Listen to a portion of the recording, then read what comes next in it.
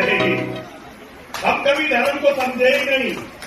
जिन्होंने देशों की बात की, जिन्होंने राष्ट्रों की बात की, उनके पास ना एक देश है न एक राष्ट्र है।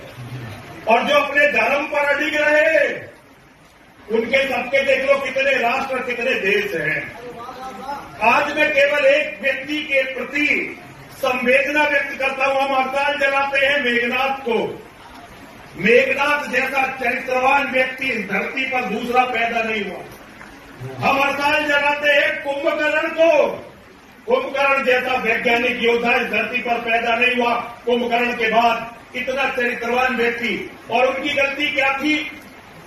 रावण ने एक छोटा सा अपराध किया और आज लाखों साल हो गए हम रावण को जला रहे हैं। अब तो ऐसे ऐसे अपराधी, भैया कोई रिकॉर्ड कर रहा है, नहीं कर रहा, नहीं कर रहा है इसे। अब तो ऐसे ऐसे अपराधी पैदा हो गए हैं जिनके सामने रावण का कोई अस्तित्व नहीं है। अगर आज जलाना है, मैं सारे हिंदुओं का इस मंच से आह्वान करना चाहता हूं, यदि आप जलाना चाहते हैं हर दशहरे पर, तो अब तो मोहम्मद को जलाइए।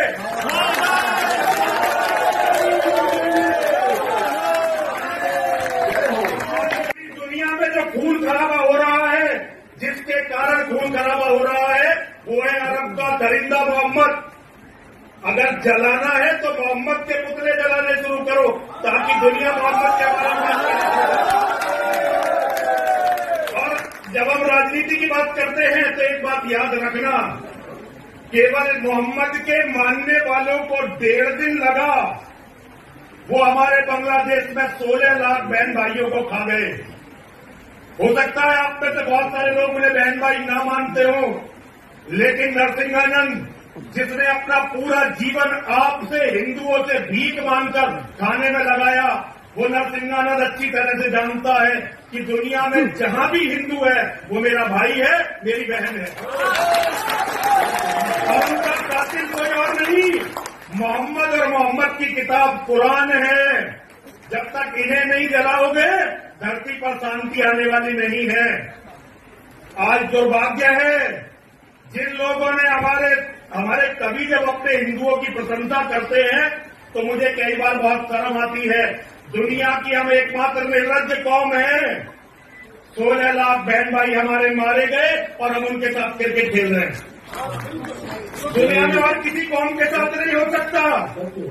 इजराइल 7 अक्टूबर 2023 एक घटना हुई, मोहम्मद के चेले इजराइल में घुसे और देखो उनका हवन अब तक याद चल रहा है, उनका तर्पण अब तक चल रहा है।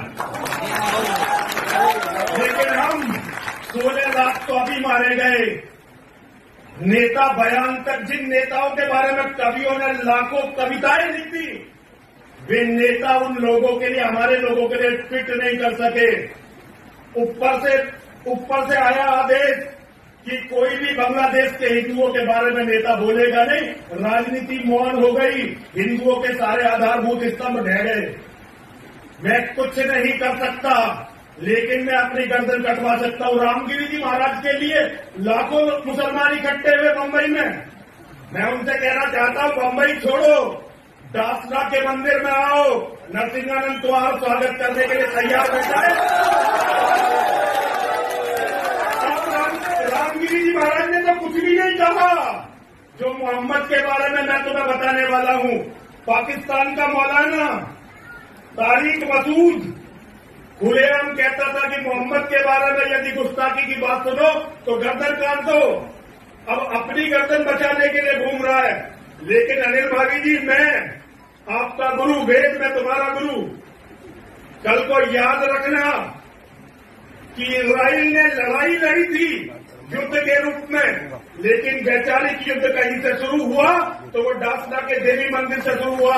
वो कुछ लोगों को मारेंगे और हम धरती से मोहम्मद की विचारधारा को मिटाकर मानेंगे। मां और महादेव हमें शक्ति दे। और मैं अपने कवियों से ये प्रार्थना करना चाहता हूं, केवल यहां की बात नहीं है, जहां भी जाओ तो ये मान के जाना, धर्म से बड़ा कुछ नहीं होता।